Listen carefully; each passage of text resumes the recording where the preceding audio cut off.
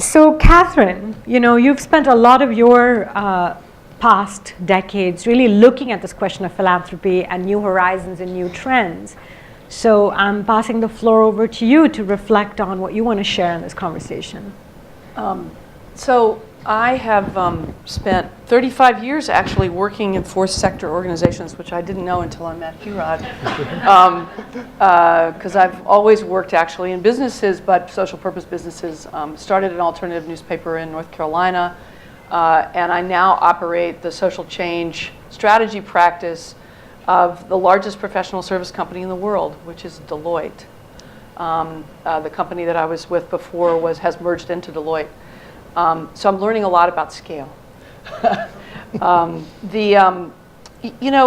have either the worst job in the world or the best to be the 22nd person who's speaking to you today, by my count. And so I actually found myself thinking about what we were hearing today. And also, one of the things that I've been thinking a lot about, I've done a lot of work in impact investing and in some of the kinds of things that people have been talking about here and on the previous panel. But I find myself more and more getting interested in the human qualities of leadership, the intangibles that are necessary to deal with the world we heard about today. So what we basically heard today was about the necessity of holding paradox and contradiction, figuring out how to manage trade-offs in different ways, and tolerating messiness.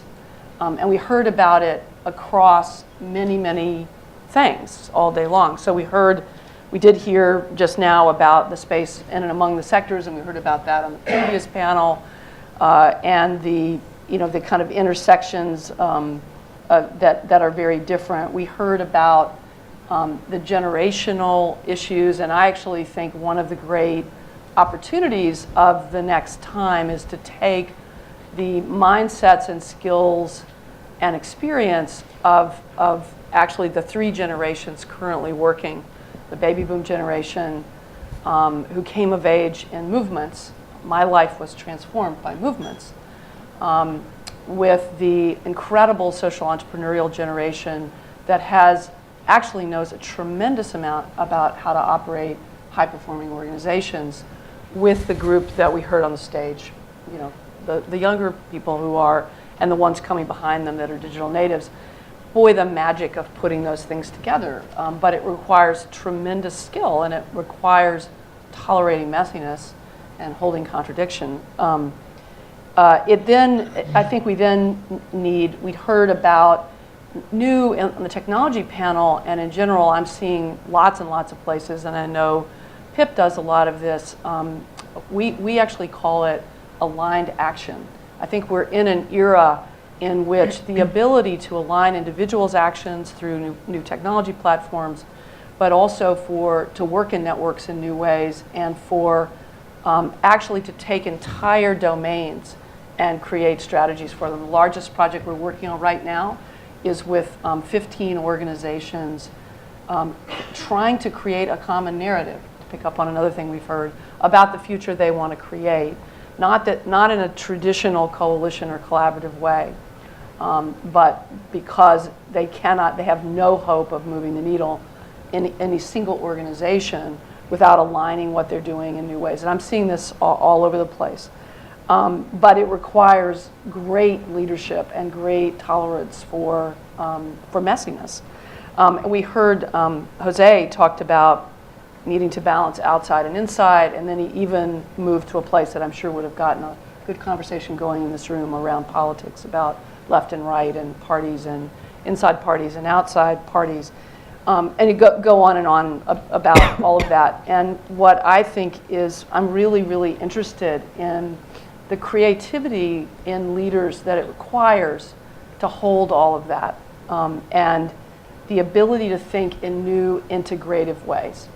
And the thing that came up a few times, but the thing that I find myself more and more sure is part of what we all have to do, and it applies to the nonprofits as well as to the philanthropy, and it's about integrating in time better. So we live in a world where everything is speeding up and where it seems like we're supposed to, act, everything is accelerated, and where we all feel, you and I, Rodney, were talking about a sense of urgency, right? And we heard this up here. There's not one moment to waste to deal with the issues that we have. On the other hand, it doesn't prove anything to pretend that many of the issues that we face can be solved with joining a cause and signing a check and then moving on to the next thing. And one of my favorite organizations, my partner grew up in the Midwest, and we give money to the Land Institute. Does anybody here know about the Land Institute? So the Land Institute has a 50-year strategic plan to transform the prairies. And it's a complicated thing, a little bit of a complicated thing to explain. But when I first heard Wes Jackson describe that, I thought, 50-year strategic plan? Yeah, that's exactly right. You can solve a lot of things in 50 years, and that you can't pretend to solve in 5 or 10. On the other hand, we actually have to move. There's some things that we have to move much more quickly. We heard lots of stories on the stage today about missed opportunities by not moving more quickly. Philanthropy, in a strange way, has the great assets of being able to move, because it's, I think of it as the accountability paradox of philanthropy. Greatest philanthropy almost always happens because there is no accountability, because somebody actually can move very quickly without having to worry about being elected or do a stockholder call. And on the other hand, we know there's a tremendous broken accountability system around philanthropy because there are no feedback loops that give any real feedback, any meaningful feedback to anybody doing philanthropy. But the great thing that you can do in a system like that is move much more quickly than anybody else and actually stay with things a long time. And what we see in philanthropy today, in the era of strategic philanthropy, which I believe is now well into the era of unintended consequences, is that actually it goes counter to the ability to do either of those things. Imagine Martin Luther King walking into a foundation saying, well, I'm doing this. And they say, can we have your strategic plan, please? I mean, there's a kind of in this kind of messiness, right? The insistence on focused, clear goals and measurable outcomes and all stuff, which is really good discipline, right? We know in many ways, actually makes it impossible to either move quickly or, I think, also to stay with things with the messiness and uncertainty that you have to be willing to stay with them for a long time to make real change. So I actually think we are at a place where we need to look very seriously at the consequences of the ways in which management came into the nonprofit sector 30 years ago. The Harvard Business Review published its first piece on the nonprofit sector in the early 1980s. And we've seen part of the fourth sector is the moving, this movement. So here's my prescription. So if somebody gave me $1 billion, I often think about this because I get to advise foundations, because they never ask me this question, but if somebody gave me $1 billion today, here's what I would do. I would find the greatest leaders I could find, and I would give them total freedom and a lot of money. Because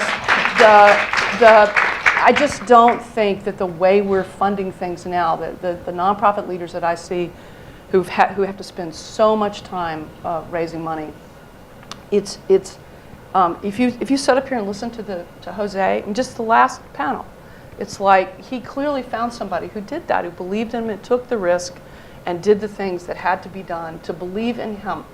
And he might fail and he might fall on his face, but somebody believed in him. We've got to get back to funding leaders, not just who have strategic plans.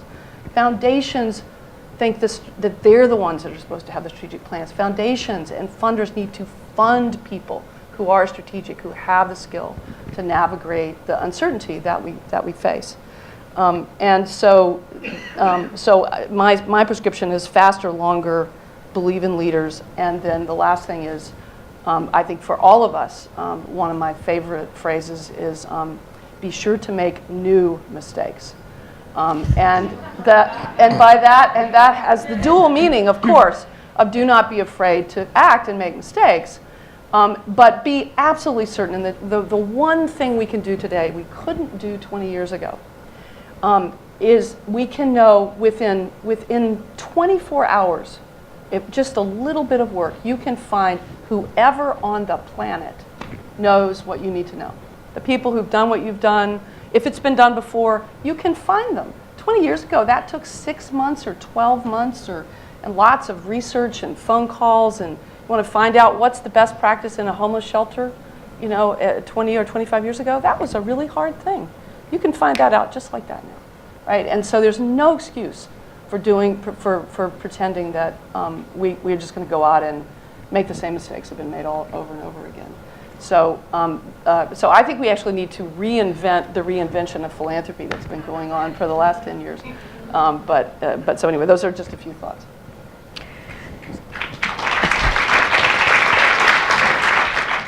And I have a question for you before we go out into the room, and that is what you said about investing in leaders. And I just want to put this out on the table because I think that in the worlds in which we inhabit, there's constantly a lot of debate about individual leaders, right?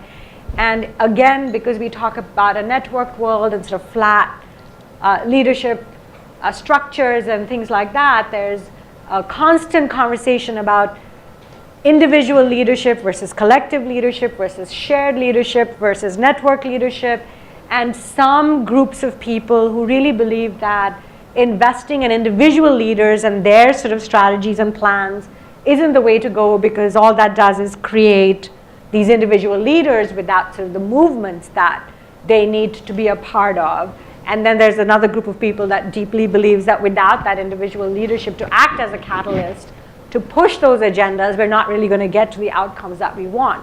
So I'd like you to sort of unpack the point that you made about investing in leaders, and just walk through some of those pieces. That's totally fair, and we could spend the whole afternoon talking about that. To say a little more about what I mean. So I think that there can be, so first of all, my apologies to my colleague from the Skoll Foundation. But the social entrepreneurship world has both been a fantastic thing and I have found a difficult thing. And some of that's generational, but the individual leader as hero, I also have trouble with myself, a lot of trouble with it. On the other hand, in my, I'm almost 60 years old, I've seen an unbelievable, I have had the privilege of working in many industries on many continents in all three sectors.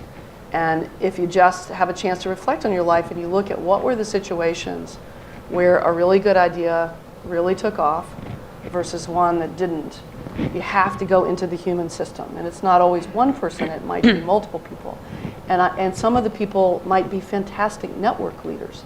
It's not necessarily that they're going to be front and center themselves. But you've got to look at the, so I'm very interested in ideas. I'm very interested in how we reframe things and tell stories differently. I've done that all my life. But the difference between that really cool thing and the thing over here that makes change is some kind of magic that happens in the human system, not the problem system. And that's almost always the result of one or more people who give their lives to the thing.